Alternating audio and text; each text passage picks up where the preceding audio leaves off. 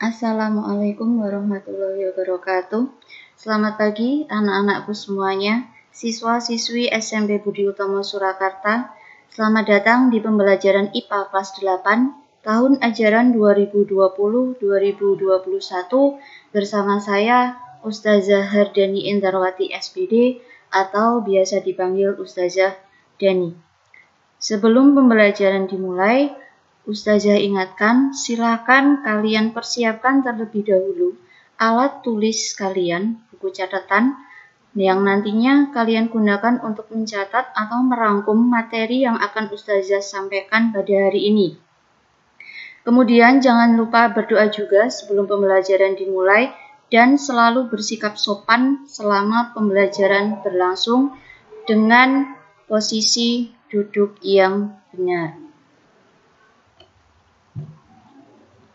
Oke, sebelum kita memasuki materi pembelajaran pada hari ini, Ustazah ingin mengingatkan kalian materi kelas 8 semester 1 yang akan kalian pelajari itu ada 7 bab. Yang pertama tentang sistem gerak pada makhluk hidup, 2 gaya dan gerak, 3 usaha pesawat sederhana dan kerja otot rangka, 4 struktur dan fungsi jaringan tumbuhan, 5 sistem pencernaan pada manusia, 6 zat aditif dan psikotropika, 7 sistem peredaran darah pada manusia. Kita mulai dari bab yang pertama. Bab pertama tentang sistem gerak pada makhluk hidup. Makhluk hidup itu apa sih yang kalian ketahui tentang makhluk hidup? Makhluk hidup itu ada 3, betul sekali, yaitu manusia, hewan, dan tumbuhan. Nah, pada bab ini kita akan mempelajari sistem gerak pada 3 makhluk hidup tersebut. Apa saja yang akan kalian pelajari? Yang pertama adalah A. Sistem gerak pada manusia. Kemudian yang kedua B. Sistem gerak pada hewan dan tumbuhan. Kita mulai. A. Sistem gerak pada manusia. Nah, ketika kita berbicara tentang sistem gerak pada manusia, apa sih yang kalian pikirkan? Apa yang terbayang dalam benak kalian? Oke, berjalan, lari, tangan, kaki, ya, betul sekali. Itu semua termasuk ke dalam sistem gerak pada manusia. Nah, bagaimana manusia bisa bergerak? Sebenarnya apa sih yang bisa menggerakkan tangan, kaki, sehingga kita bisa berlari, kita bisa berjalan, bisa bergerak bebas? Apa sih yang bisa menyebabkan semua itu? Nah, kita pelajari satu persatu di sistem gerak pada manusia. Pada sistem gerak manusia, kalian akan mempelajari yang pertama tentang tulang atau rangka, kemudian otot, persendian atau artikulasi, yang terakhir upaya untuk menjaga kesehatan sistem gerak manusia tersebut. Nah, pada tulang atau rangka, kita akan mempelajari tentang fungsi rangka, macam tulang, dan susunan rangka. Lalu pada otot, kita akan mempelajari tentang fungsi otot, macam otot, dan kerja otot. Pada persendian atau artikulasi, kita akan mempelajari macam-macam persendian. Kemudian pada upaya menjaga kesehatan sistem gerak manusia, kita akan mempelajari tentang gangguan dan kelainan otot dan rangka, kemudian cara menjaga kesehatannya. Kita langsung saja. Yang pertama, tentang tulang atau rangka. A. Fungsi rangka. Seperti yang gambar tadi ya, yang gambar bergerak tadi pada slide sebelumnya, kalian sudah bisa melihat rangka manusia bentuknya seperti itu. Nah, fungsinya apa sih? Yang pertama, sebagai alat gerak pasif. Maksudnya pasif bagaimana? Artinya dia tidak bisa bergerak sendiri atau dia bisa bergerak dengan bantuan. Jadi rangka itu tidak bisa bergerak sendiri, dia harus ada yang membantunya. Nah, yang membantu siapa? Nanti kita pelajari. Yang kedua, memberi bentuk dan menegakkan tubuh. Maksudnya bagaimana? Kalau anak-anak bisa membayangkan, ya bisa melihat setiap orang itu mempunyai bentuk, ya katakanlah yang paling mudah kalian amati itu adalah bentuk wajah. Bentuk wajah setiap orang itu berbeda. Ada yang lonjong, ada yang bundar, mungkin ada juga yang bentuknya kotak. Kemudian yang lebih mudah lagi kalian lihat itu adalah bentuk hidung. Nah, bentuk hidung itu ada yang mancung ke dalam, ada yang mancung keluar ya. Ya, seperti itu. Itu namanya memberi bentuk. Kemudian menegakkan tubuh. Nah, rangka itu fungsinya untuk menegakkan tubuh. Jadi, ketika manusia itu mempunyai rangka, maka dia bisa berdiri dengan tegak. Yang ketiga, melindungi organ tubuh yang bersifat lunak. Misalnya, yang bersifat lunak itu contohnya apa? Ya, betul sekali. Ada hati, jantung, kemudian lambung, dan lain sebagainya. Yang keempat, tempat melekatnya otot. Nah, ini dia. Tulang atau rangka itu sebagai tempat melekatnya otot. Nah, otot inilah yang nantinya membantu rangka untuk bisa bergerak. Fungsi yang kelima yaitu sebagai tempat pembuatan sel darah merah dan sel darah putih, yaitu pada sumsum tulang. Kemudian B, macam tulang. Berdasarkan jenisnya dibagi menjadi dua, yaitu A, tulang rawan, dan B, tulang keras. Tulang rawan adalah tulang yang mengandung sel-sel tulang rawan atau kondrosit, serat kolagen, kondroitin, dan sedikit zat kapur. Kemudian sifatnya elastis, kuat, dan fleksibel.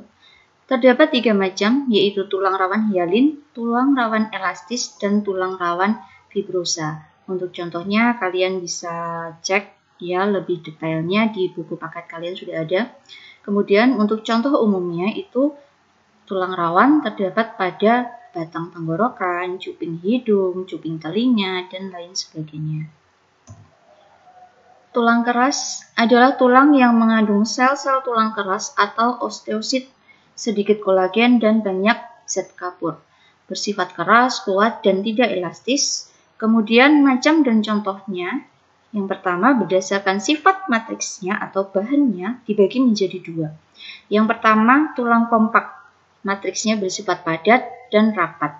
Misalnya lapisan luar tulang pipa. Yang kedua tulang spons, matriksnya berongga, misalnya pada tulang pipih dan tulang pendek. Nah, ini contohnya. Ada tulang spons. Jadi ini adalah bentuk dari salah satu tulang, bentuk tulang ya, tulang pipa. Nah, ini ada tulang spons. Tulang spons itu biasanya letaknya ada di ujung-ujung ya, di ujung tulang. Kemudian ini adalah tulang kompaknya. Nah, ada rongga sumsum tulang. Kemudian yang B ini menampang melintang tulang pipa. Ya, titik-titik ini, bintik-bintik ini adalah sel-sel tulang atau osteosit. Kemudian berdasarkan bentuknya, tulang dibagi menjadi 4. Nah, gambarnya seperti ini. Ada tulang pipa, tulang pipih, tulang pendek, dan tulang tidak beraturan. Gambarnya bisa kalian lihat sendiri. Tulang pipa, seperti namanya ya, sesuai dengan namanya, berbentuk tabung dan berongga. Contohnya pada tulang paha, tulang lengan atas, kemudian tulang betis, dan lain sebagainya. Nanti kalian bisa cari contohnya sendiri ya. Kemudian tulang pipih, sesuai namanya juga bentuknya pipih dan berongga. Contohnya pada tulang rusuk, tulang belikat, dan tulang tengkorak. Kemudian tulang pendek berbentuk silindris. Contohnya tulang pada pergelangan kaki dan tangan. Kemudian tulang tak beraturan. Sesuai namanya juga, dia bentuknya tidak beraturan. Contohnya tulang wajah dan ruas tulang belakang. Nah, ini dia bagian-bagian dari tulang pipa. Ada namanya epifisis atau epifise, ya, itu adalah bagian tulang pipa yang ujung. Kemudian yang bagian tengah namanya dia diafisis atau diafise. Kemudian ada cakra epifisis, ada artikulasi, ya. Seperti gambar yang sebelumnya, hampir sama. Cuma ini lebih ditekankan pada bagian-bagian dari tulang pipa. Kemudian selanjutnya kita ke susunan rangka. Seperti ini susunan rangka pada tubuh kita. Yang pertama adalah rangka kepala, yang kedua rangka badan, yang ketiga rangka anggota gerak atas dan bawah. Oke, yang pertama rangka kepala. Nah, di sini ada berbagai macam tulang yang menyusun rangka kepala. Ada tulang ubun-ubun, tulang pelipis, tulang tengkorak, tulang rahang bawah, kemudian ada tulang dahi, tulang baji, tulang air mata, tulang hidung, tulang pipi, tulang rahang atas, dan tulang lidah. Di buku kalian sudah ada ya, nanti untuk lebih cermatnya kalian bisa buka di buku kalian. Kemudian rangka badan. Rangka badan ini ada beberapa ya, ada 4. Ada 4. Ya, yang pertama ini adalah tulang belakang. Nah, terdiri dari apa saja? Ada tulang atas, kemudian 7 ruas tulang leher, 12 ruas tulang punggung, 5 ruas tulang pinggang, dan tulang kelangkang serta tulang ekor. Selanjutnya, tulang rusuk dan tulang dada. Kita ke tulang dada dulu. Tulang dada itu terbagi menjadi 3. Ada tulang hulu, kemudian tulang badan, dan tulang pedang-pedangan atau tulang taju pedang. Kemudian untuk tulang rusuk terdiri dari 7 pasang tulang rusuk sejati. Dalam artian bagaimana? Tulang rusuknya itu menempel pada 2 tulang, yaitu tulang belakang dan tulang dada. Kemudian yang kedua, tulang rusuk palsu. Ada 3 pasang. Maksudnya palsu bagaimana? Dia tidak langsung menempel pada tulang dada, tetapi menyatu terlebih dahulu pada tulang rusuk sejati, baru kemudian dia menempel pada tulang dada. Yang ketiga, tulang rusuk melayang. Ada 2 pasang. Nah, melayang maksudnya bagaimana? Melayang dia tidak menempel pada tulang dada, dia hanya menempel pada tulang belakang saja. Selanjutnya, kita ada tulang gelang bahu. Tulang gelang bahu terdiri dari tulang selangka dan tulang belikat, kemudian terhubung dengan tulang lengan atas. Gelang panggul, kita ada 3 bagian juga, ada tulang usus, tulang duduk, dan tulang kemaluan. Selanjutnya, rangka anggota gerak, ada atas dan bawah. Maksudnya apa? Rangka anggota gerak atas itu adalah tangan, dan rangka anggota gerak bawah itu adalah kaki. Kita mulai dari yang tangan dulu. Dapat kalian lihat di sebelah kiri kalian ya. Nah, itu yang paling atas ada tulang lengan atas, kemudian ada tulang pengumpil, tulang hasta, tulang pergelangan tangan, tulang telapak tangan, dan tulang ruas jari tangan. Nah, untuk membedakan tulang pengumpil dan tulang hasta, kalau tulang pengumpil itu lurus ya dengan jempol tangan kalian. Kalau kalian lihat jempol kalian, nah itu kalian tarik ke atas, nah itulah sejalur dengan tulang pengumpil. Itu untuk tulang anggota gerak atas. Kemudian tulang anggota gerak bawah. Kita mulai dari atas, ada tulang paha, kemudian tulang tempurung lutut, tulang betis, tulang kering, tulang pergelangan kaki, tulang telapak kaki, dan tulang jari kaki. Nah, untuk membedakan tulang kering dan tulang betis, letaknya kalau tulang kering itu kalian lihat jempol kalian, nah searah dengan jempol kalian ke atas, kalian tarik ke atas, itulah letak tulang kering. Kalau tulang betis itu ada di bagian belakang. Nah, kita masuk ke sistem gerak manusia yang kedua, yaitu otot. Fungsi otot. Nah, yang pertama sebagai alat gerak aktif. Artinya bagaimana?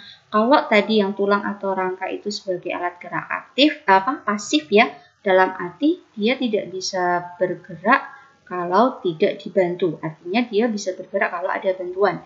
Nah, kalau untuk yang otot, dia sebagai alat gerak aktif. Dalam artian bagaimana? Dia bisa bergerak tanpa harus ada bantuan dari siapapun. Yang kedua, sebagai penyusun organ-organ tubuh. Kemudian yang ketiga, menghasilkan panas. Yang keempat, menghasilkan gerakan. Nah, macam otot. Kita atau tubuh kita terdiri dari 3 macam otot. Otot polos, otot jantung, dan otot lurik atau otot rangka. Nah, ini adalah beberapa perbedaan dari ketiga otot tersebut. Dilihat dari bentuknya, inti selnya, sitoplasmanya, cara kerja, kemudian kecepatan kontraksi, kemampuan kontraksi, dan letaknya. Ya, nanti kalian bisa mempelajari lebih lanjut. Di buku kalian sudah ada ya, nanti bisa dipelajari lebih lanjut atau kalian bisa cari referensi yang lain. Yang ketiga, kerja otot. Nah, kenapa otot dikatakan dia alat gerak aktif? Karena otot itu sel-selnya bisa bekerja. Cara bekerjanya bagaimana? Dengan adanya kemampuan berkontraksi dan relaksasi. Kontraksi adalah pengerutan otot sehingga bentuknya memendek, mengeras, dan bagian tengahnya menggembung. Kemudian yang relaksasi adalah pengenduran otot sehingga bentuknya memanjang. Otot dikatakan bekerja jika berkontraksi. Nah, karena dia berkontraksi atau ototnya memendek, maka tulang yang dilekati otot tersebut akan tertarik atau terangkat. Kontraksi satu otot hanya untuk menggerakkan tulang ke satu arah saja. Kemudian untuk menggerakkan tulang dari satu posisi ke posisi yang lain, kemudian kembali ke posisi semula, diperlukan paling sedikit 2 otot dengan tujuan kerja yang berbeda. Nah, ini adalah contoh dari kerja otot. Yang pertama, otot antagonis. Ya, antagonis itu artinya berlawanan. Nah, maksudnya bagaimana? Ada 2 otot atau lebih yang di situ dia bekerjanya dengan tujuan yang berlawanan. Nah, jika otot A berkontraksi dan otot B berelaksasi, maka tulang akan tertarik atau terangkat. Ini kalian sambil lihat ini ya, animasinya ini ya, sambil mendengarkan penjelasan Ustazah, kalian lihat animasinya. Ustazah ulangi sekali lagi, jika otot A berkontraksi dan otot B berelaksasi, maka tulang akan tertarik atau terangkat. Sebaliknya, jika otot A berelaksasi dan otot B berkontraksi, maka tulang akan kembali ke posisi semula. Contoh antagonis yaitu otot bisep dan trisep seperti pada gambar itu. Nah, otot bisep adalah otot yang memiliki 2 ujung atau 2 tendon yang melekat pada tulang, terletak di lengan bagian atas depan. Nah, otot trisep adalah otot yang memiliki 3 ujung atau 3 tendon yang melekat pada tulang, terletak di lengan atas bagian belakang. Kalian bisa meraba lengan kalian masing-masing ya. Nah, nanti kalian raba yang bagian atas itu namanya bisep, yang bagian bawah itu namanya trisep. Nah, jika otot bisep ya yang bagian atas jika dia berkontraksi, maka otot trisepnya berelaksasi. Kenapa? Karena dia 2 otot ini cara bekerjanya secara antagonis atau berlawanan. Nah, ketika otot bisep berkontraksi, trisepnya relaksasi, maka lengan bawah akan terangkat. Nah, kalian perhatikan animasinya. Iya, terangkat ya.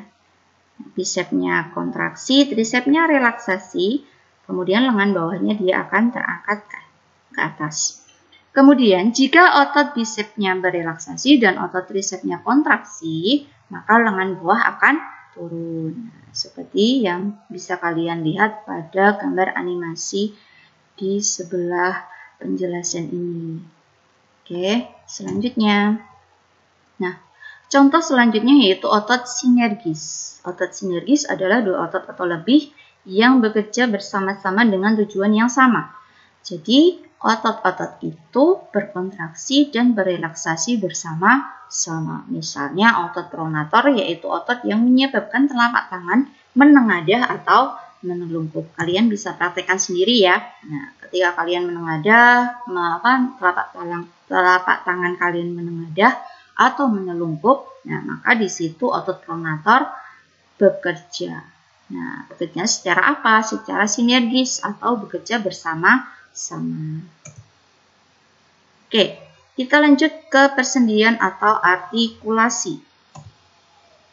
Persendian atau artikulasi merupakan hubungan antar tulang. Nah, macam persendian berdasarkan ada tidaknya gerakan itu ada 3. Yang pertama, sendi mati atau sinartrosis. Yang di situ sama sekali tidak dapat digerakkan. Nah, contohnya pada persendian antar tulang tengkorak. Nah, contoh sendinya itu adalah seperti ini. Nah, sama sekali tidak bisa digerakkan. Ya, tidak bisa digerakkan. Itu namanya sendi mati pada persendian antar tulang tengkorak. Yang kedua, sendi kaku atau amfiartrosis. Sendi ini dia mempunyai gerakan yang terbatas. Nah, contoh sendinya itu seperti ini. Contohnya, sendi antar ruas tulang belakang, kemudian sendi antar tulang rusuk dan tulang dada. Yang ketiga ada sendi gerak atau diartrosis. Artinya dia dapat digerakkan secara bebas. Nah, ada beberapa macam ya, ini contohnya bisa kalian lihat sendiri. Ada sendi geser, sendi engsel, sendi putar, sendi peluru, dan sendi pelana. Sendi geser itu ya bisanya dia bergeraknya secara bergeser. Contohnya persendian pada ruas tulang belakang. Kemudian sendi engsel, kalau kalian bisa membayangkan itu seperti semacam engsel kayak di pintu atau di jendela. Jadi dia bisanya bergeraknya hanya pada satu arah. Contohnya persendian pada lutut dan siku. Kemudian ada sendi putar. Nah, kalau sendi putar namanya putar ya dia bisa berputar. Contohnya persendian pada tulang atlas atau leher dan tulang aksis atau tengkorak. Kemudian ada sendi peluru. Sendi peluru itu kalau kalian perhatikan ada bonggolnya, kemudian ada mangkoknya. Ya, jadi dia bisa bergerak bebas. Nah, contohnya sendi antara gelang panggul dan tulang paha ini. Ini contohnya ini. Nah, di sini. Ini adalah paha atas kalian ya. Ini paha atas kalian. Nah, kalau kalian gerakan ya, bisa seperti ini. Ada bonggolnya, ada mangkoknya. Nah, ini namanya sendi peluru. Atau bisa pada gelang bahu dan tulang lengan atas, itu juga contoh dari sendi peluru. Kemudian yang terakhir ada sendi pelana. Sendi pelana itu contohnya pada persendian ibu jari. Nah, kalau ini sendi engsel ya, nah, bergerak satu arah. Dimana ini contohnya di lutut ini. Oke. Selanjutnya, upaya menjaga kesehatan sistem gerak pada manusia. Yang pertama adalah gangguan dan kelainan sistem gerak pada manusia. Nah, contohnya ada ini, bermacam-macam ya, ada fraktura atau patah tulang, ada osteoporosis, ya, ada fisura atau retak, kemudian ada kelainan tulang belakang, ada lordosis, skoliosis, dan kifosis. Nah, kalian nanti bisa pelajari untuk yang lainnya ya, ada kanker tulang juga ada penyakitnya, kemudian ada polio ya, ada polio, penyakit polio. Nah, itu nanti kalian pelajari sendiri. Banyak sekali contohnya. Nah, upaya menjaga kesehatan sistem gerak pada manusia ada bermacam-macam ya caranya. Ini Ustazah sebutkan ada beberapa. Ada berjemur di bawah sinar matahari, kemudian meningkatkan konsumsi makanan yang mengandung banyak kalsium, memperbanyak konsumsi makanan yang mengandung vitamin D, kemudian menghindari kebiasaan duduk yang salah, sebaiknya kalau duduk itu dengan cara yang benar, kemudian melakukan olahraga secara teratur dan memperhatikan aktivitas fisik yang cukup setiap harinya. Nah, itu tadi ya sistem gerak pada manusia sudah selesai, sekarang kita lanjut ke sistem gerak pada hewan dan tumbuhan. Nah, sistem gerak pada selanjutnya kita akan belajar tentang sistem gerak pada hewan. Nah, seperti yang kalian pahami, hewan itu ada yang hidup di air, udara, dan di darat. Untuk gerakannya juga, Insya Allah, anak-anak semuanya sudah paham. Ya, tidak perlu Ustazah jelaskan sekali lagi. Oke, selanjutnya, sistem gerak pada tumbuhan. Nah, sistem gerak pada tumbuhan itu ada 3. Ada gerak autonom atau gerak endonom. Ya, contohnya gerak melingkar aliran sitoplasma dalam sel daun Hydrilla verticillata. Kemudian yang kedua ada gerak esionom atau contohnya ya gerak ujung akar menuju tempat berair. Kemudian yang ketiga ada gerak higroskopis. Contohnya gerak membukanya spongarium pada tumbuhan paku dan tumbuhan lumut serta pecahnya kulit buah tumbuhan polong-polongan yang sudah kering. Nah, oke, itu tadi materi sistem gerak pada makhluk hidup sudah selesai.